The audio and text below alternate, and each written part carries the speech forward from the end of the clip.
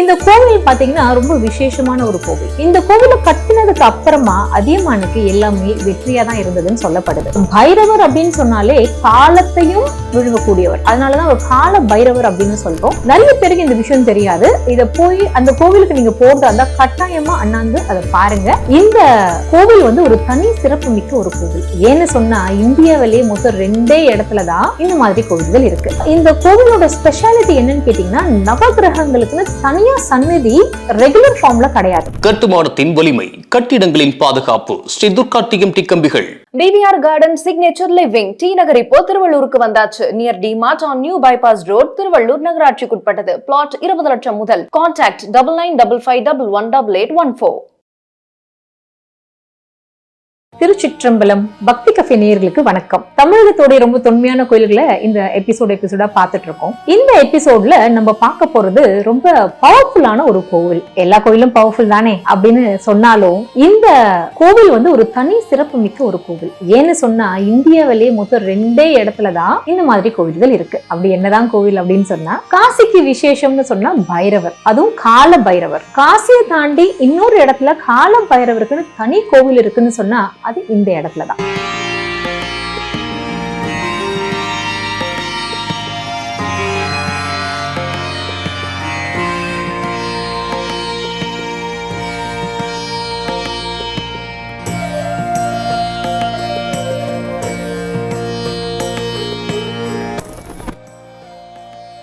இது எங்கன்னு கேட்டீங்கன்னா தர்மபுரியில இருக்கு. தர்மபுரியில அதியமான் கோட்டை அப்படின்ற அந்த இடத்துலதான் இந்த கால பைரவருக்கான ஒரு கோவில் இருக்கு. இது என்ன சொல்றாங்க, ஒரு செவிவழி செய்தி அப்படின்னு சொல்ல போனா, அதியமான் நம்ம எல்லாருக்குமே தெரியும். அந்த மன்னர் அந்த காலகட்டத்துல இந்து கோயில்களை நிறைய இடிச்சிட்டு இருந்தாங்க. இவரும் வந்து நிறைய போர்கள்ல தோல்வியுற்று இருந்தாரு. அப்போ அவருடைய ஆஸ்தான ஜோதிடர்கள் என்ன சொல்றாங்க, கால பைரவருக்கு நீ கோவில் கட்டினா உனக்கு எல்லா வெற்றிகளும் கிடைக்கும் அப்படின்னு சொல்றாங்க. ஆனா அதே போல இன்னொரு விஷயமும் இருந்தது. என்னன்னு கேட்டீங்கன்னா, கால பைரவருக்கு தனி கோயில் எழுப்ப முடியாது, அது காசில மட்டும்தான் இருக்கு அப்படின்னு. அப்போ ரெண்டுமே சொன்னா எப்படி அப்படின்னு கேட்டதும் அதுக்கான சில வழிமுறைகளை சொன்னாங்க. அதாவது காசிக்கு போய் வழிபட்டு அங்கிருந்து நீங்க வந்து இங்க கால பைரவருக்கு கோவில் கட்டலாம். அந்த வகையில கட்டப்பட்ட இந்த கோவில் தான் இப்ப நம்ம பாக்குற கால பைரவர் கோவில் அட் தர்மபுரி. இந்த கோவில் பாத்தீங்கன்னா ரொம்ப விசேஷமான ஒரு கோவில். இந்த கோவிலை கட்டினதுக்கு அப்புறமா அதியமானுக்கு எல்லாமே வெற்றியா தான் இருந்ததுன்னு சொல்லப்படுது. அவர் எந்த போருக்கு போனாலும் இங்க ஒரு வாள் வச்சு பூஜை பண்ணி அந்த வாளை எடுத்துட்டு தான் போருக்கு போவார் அப்படின்னு சொல்லப்படுது. அந்த கோட்டையோட சாவி கூட கால பைரவர் கிட்ட தான் இருக்கும் அப்படின்னு சொல்லப்படுது. நார்மலாவே நீங்க கோவில்ல பாத்தீங்க அப்படின்னு சொன்னா கால பைரவருக்கு கடைசி பூஜை பண்ணி அந்த சாவி அங்க வச்சுட்டு போவாங்கன்றது நமக்கு தெரிஞ்ச விஷயம் தான். சோ ரொம்ப ரொம்ப பவர்ஃபுல்லா இந்த பர்டிகுலர் கோவில சொல்றாங்க. இந்த கோவில்ல நீங்க போய் பாத்தீங்க அப்படின்னா போகும் பொழுதே நிறைய பேர் அங்க நிப்பாங்க. அவங்க வந்து உங்களுக்கு சுத்தி போடுறதுக்காக அங்க அதுக்குன்னு சில ஆட்கள் இருக்காங்க. எதுக்குன்னா நம்மளோட கண் திருஷ்டி அதெல்லாம் வந்து அங்க சுத்தி போட்டா போகும் அப்படின்றது. இங்க மக்கள் வந்து அவங்களுடைய பிரார்த்தனைகள் வேண்டுதல்களை சொல்லி ஸ்பெசிபிக்கா ஒரு 8 வாரம் 18 வாரம் அப்படி வந்து நான் இங்க பூஜை பண்றேன்னு வேண்டிக்கிறாங்க. அதுக்கேத்தா போல இங்க வந்து அவங்க பூஜைகளும் பண்றாங்க. இங்க பூசணில விளக்கு, தேங்காயில விளக்கு அப்படின்னு நிறைய விதமான விளக்குகளை ஏற்றி பூஜை பண்றாங்க.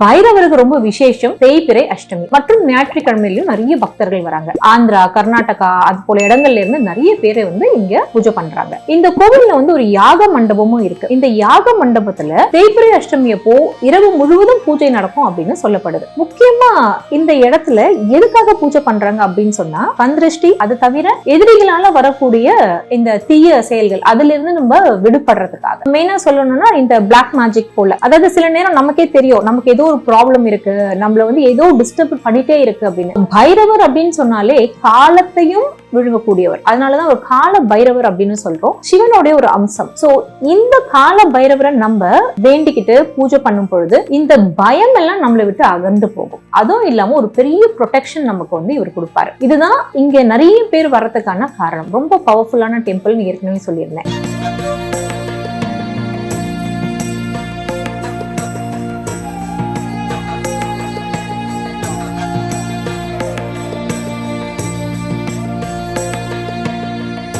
இங்க இருக்கிற விருட்சம் வில்வமரம் தீர்த்தம் குருதி தீர்த்தம் அப்படின்னு சொல்றாங்க. இந்த கோவில்ல உள்ள நுழையும் போதே நீங்க பாத்தீங்க அப்படின்னு சொன்னா, ஏற்கனவே சொல்லியிருக்கேன் இது தனி கோவில் அப்படின்னு சொல்லிட்டு, இங்க முன்னாடி நந்தி இருக்காரு. அதை தவிர பைரவருடைய வாகனமான நாய் அதுவும் இங்க சில ரூபத்துல இருக்கு. உள்ள போனீங்கன்னா கால பைரவர் ரொம்ப அழகா கருப்பு நிறத்துல கல்ச்சரையில உருவாக்கப்பட்டிருக்கார். இந்த கோவிலோட ஸ்பெஷாலிட்டி என்னன்னு கேட்டீங்கன்னா, நவகிரகங்களுக்குன்னு தனியா சந்நிதி ரெகுலர் ஃபார்ம்ல கிடையாது. அந்த கோவிலுக்குள்ள, அதாவது அந்த மூலஸ்தானத்துக்குள்ள போகிற வழியில பாத்தீங்கன்னா மேல அந்த கூரையில டிஃப்ரெண்ட் கோணங்கள்ல போட்டு எல்லாமே ஃபார்ம்ஸா மேல இருக்கு. நீங்க அண்ணாந்துதான் நீங்க பார்க்க முடியும். சோ இந்த கோவிலை எப்படி டிசைன் பண்ணிருக்காங்கன்னா, இதை சுத்தி வரும் பொழுதே நவகிரகங்களால நமக்கு ஏற்படுற தோஷம் விட்டு விலகும் அப்படின்னு சொல்லப்படுது. ரொம்ப பியூட்டிஃபுல் இல்ல, ஆக்சுவலி ரொம்ப பியூட்டிஃபுல்லாவும் இருக்கு. நிறைய பேருக்கு இந்த விஷயம் தெரியாது. இத போய் அந்த கோவிலுக்கு நீங்க போறதா இருந்தா கட்டாயமா அண்ணாந்து அதை பாருங்க. ரொம்ப ரொம்ப விசேஷமா அது இருக்காங்க.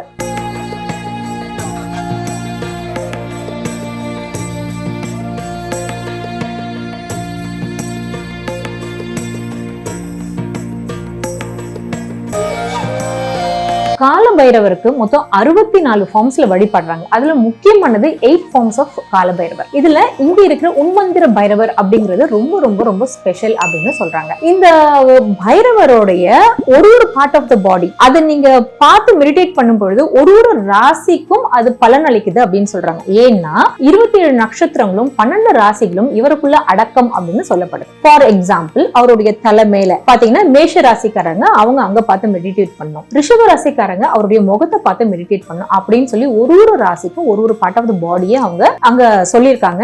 வெளியிலேயே நீங்க பாத்தீங்கன்னா ஒரு பெரிய போர்டு இருக்கு. அந்த போர்டுல அவங்க அதெல்லாம் எக்ஸ்பிளைன் பண்ணிருக்காங்க, யார் யார் எங்க பார்த்து மெடிடேட் பண்ணணும். டோட்டலாவே நீங்க பைரவரை பார்த்து சாமி கும்பிட்டீங்கனாலே உங்களுக்கான கஷ்டங்கள் எல்லாம் விலகும். பட் ஸ்பெசிபிக்கா அந்த ராசி அந்த நட்சத்திரத்தை கொண்டவங்களுக்கு ஏதாவது பர்டிகுலரா ப்ராப்ளம் இருக்கு அப்படின்னு அதுல இருந்து ஒரு தோஷ நிவர்த்தி வேணும்னா இந்த மாதிரி ஒரு மெடிடேஷனும் பண்ணலாம் அப்படின்னு அவங்க மென்ஷன் பண்ணிருக்காங்க. டோட்டலி பாத்தீங்க அப்படின்னா ரொம்ப பவர்ஃபுல்லா ஃபீல் பண்ணோம் அந்த இடத்துல. ஏற்கனவே சொல்லிட்டோம் ரொம்ப பவர்ஃபுல் கோவில் அப்படின்னு சொல்லி. தர்மபுரிக்கு போறவங்க கண்டிப்பா இந்த கோவில பாருங்க. தட்சிண காசி தென்னக காசி அப்படின்னு சொல்லப்படுற இந்த கோவிலுக்கு கட்டாயமா போய் விசிட் பண்ணுங்க. வாழ்க்கையில பயம் தான் நம்ம முன்னேறதுக்கு ஒரு மிகப்பெரிய தடை. அந்த தடையை உடைக்கணும் அப்படின்னா தயவு செஞ்சு பைரவரை போய் வழிபட்டு எல்லா நன்மைகளும் நீங்க பெறணும்னு நான் வேண்டிக்கிறேன். அடுத்த ஒரு எபிசோட்ல உங்க கூட நான் இணைகிறேன். அதுவரை விடைபெறுவது உங்கள் உமா மகேஸ்வரி. நன்றி, வணக்கம். இந்த வீடியோ உங்களுக்கு பிடிச்சிருந்தா லைக் பண்ணுங்க, ஷேர் பண்ணுங்க, கமெண்ட் பண்ணுங்க. மறக்காம பெல் பட்டனை கிளிக் பண்ணிட்டு பக்தி கஃபே தமிழ் சேனலை சப்ஸ்கிரைப் பண்ணிடுங்க.